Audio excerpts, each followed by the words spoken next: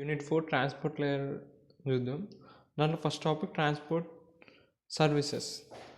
మనకు ఒక 9 types of services provide చేస్తుంది మన ట్రాన్స్పోర్ట్ లేయర్. సో అవి ఏవే చూద్దాం. ఫస్ట్ వచ్చి full duplex communication. Full duplex communication అంటే ఇప్పుడు మన బెస్ట్ ఎగ్జాంపుల్ మన మొబైల్ ఫోన్స్. నేను మాట్లాడినప్పుడు మీరు మాట్లాడచ్చు.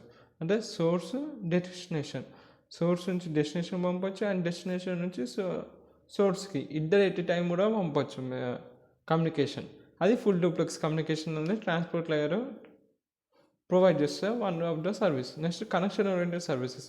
కనెక్షన్ ఓరియంటెడ్ సర్వీస్ అంటే ఫస్ట్ అది కనెక్షన్ మేక్ చేస్తుంది. కనెక్షన్ మేక్ చేసిన తర్వాత డేటాని ట్రాన్స్మిట్ చేస్తుంది. ట్రాన్స్మిట్ చేసినాక కనెక్షన్ అనేది టర్మినేట్ అయిపోతుంది. అందుకే దీన్ని కనెక్షన్ ఓరియంటెడ్ సర్వీస్ అన్నారు. తర్వాత ఇది ఒక రీలబుల్ సర్వీస్ ఇస్తుంది.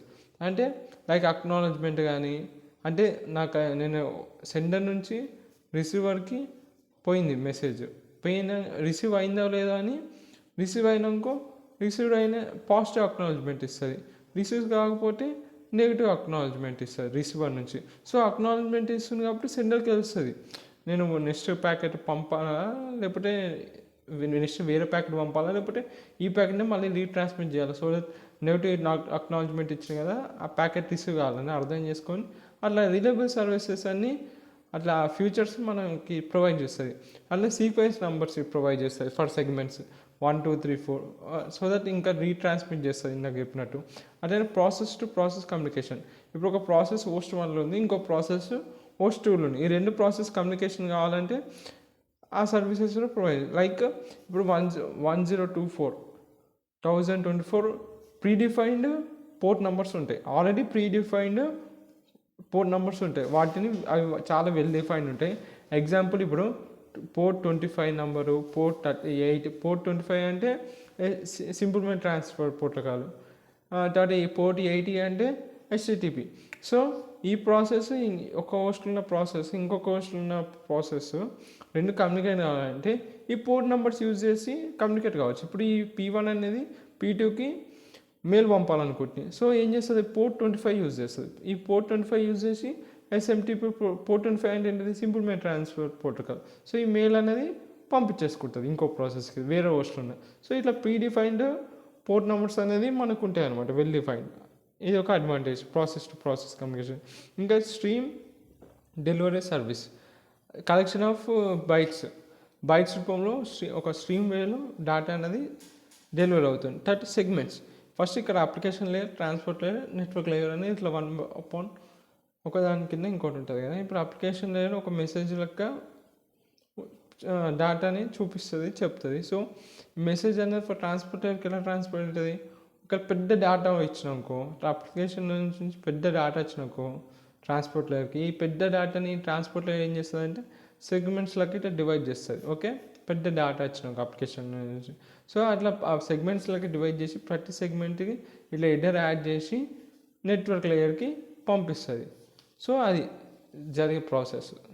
అర్థమైన సెగ్మెంట్స్ ఎప్పుడు డివైడ్ చేస్తారు, ఒకవేళ అప్లికేషన్లో నుంచి బిగ్ అమౌంట్ ఆఫ్ డేటా వచ్చినప్పుడు దాన్ని సెగ్మెంట్స్లోకి డివైడ్ చేసి దానికి హెడర్స్ యాడ్ చేసి ఆ ట్రాన్స్పోర్ట్ లేయర్ అనేది నెట్వర్క్ లేయర్కి పంపించేస్తుంది ఆ డేటాని. అది సెగ్మెంట్స్ అంటే అదే breaking of data, big data into parts. తర్వాత స్మాల్ ఫ్లో కంట్రోల్. ఇప్పుడు సెండర్ అనేటోడు బాగా హై రేట్లో డేటాని ట్రాన్స్ఫర్ చేస్తుండ్రు ఫాస్టర్ రేట్లో. కానీ రిసీవర్ అనేటోడు డేటాని అంత ఫాస్ట్గా కన్జ్యూమ్ చేయట్లేదు. సో ఇప్పుడు ఏమైపోతుంది, ఇంకోసారి రిపీట్ చేస్తా. ఒకవేళ సెండర్ ఫాస్ట్ రేట్లో డేటాని ట్రాన్స్మిట్ చేస్తుండు, కానీ రిసీవర్ స్లో రేట్లో డేటాని కన్జ్యూమ్ చేసుకుంటున్నాడు.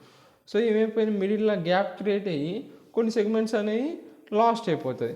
కానీ TCP ట్రాన్స్పోర్ట్ లేయర్లో ఎలాంటి సర్వీసెస్ ఉంటాయంటే TCP ప్రొవైడ్స్ వేరియస్ ఫ్లో దానికంటే కొన్ని ఫ్లో కంట్రోల్ మెకానిజమ్స్ ఉంటాయి.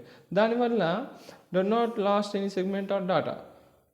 దానివల్ల ఏం సెగ్మెంట్స్ అనేది లాస్ట్ కాదు. నేను చెప్పిన సినారియోలో ఎప్పుడైతే సెండర్ ఎక్కువ స్పీడ్లో డేటా పంపితే రిసీవర్ స్లో రేట్లో రిసీవ్ చేసుకున్నాకో బేసిక్గా కొన్ని లాస్ట్ అవుతాయి సెగ్మెంట్స్. కానీ దీంట్లో ఫ్లో కంట్రోల్ మెకానిజమ్స్ యూజ్ చేసి అసలు ఏ సెగ్మెంట్ లాస్ట్ కాకుండా చూసుకుంటుంది. తర్వాత error control, error messages send చేస్తుంది ట్రాన్స్మిటర్కి, ట్రాన్స్మిట్ టు ద సెంటర్. అదే ఎవరైతే సెండ్ చేస్తుండో ఎర్రర్ ఉంది నువ్వు పంపించిన మెసేజ్లో అనేసి నువ్వు పంపించిన ప్యాకెట్లో అట్లా ఎర్రర్ మెసేజెస్ అనేది సెండర్కి పంపిస్తాయి. Using that error control mechanisms ఉంటాయి ఆ ఎర్రర్ని డిటెక్ట్ చేయడానికి. సో ఎర్రర్ కంట్రోల్ అని అందుకే దట్ గ్యారెంటీ పక్కా 100% అరైవ్ అవుతుంది మనం టు ద రిసీవర్. అదే కాకపోతే అక్నాలజ్మెంట్ రూపంలో చెప్తుంది. సో మళ్ళీ రీట్రాన్స్మిట్ చేస్తుంది. అట్లా మంచి ఎండ్ టు ఎండ్ మంచి కమ్యూనికేషన్ ఉంటుంది. సో గ్యారెంటీ డెలివరీ అనేది పక్కా జరుగుతుంది. ఈ all are 9 are transport services from the transport layer. This is unit 4 of computer networks.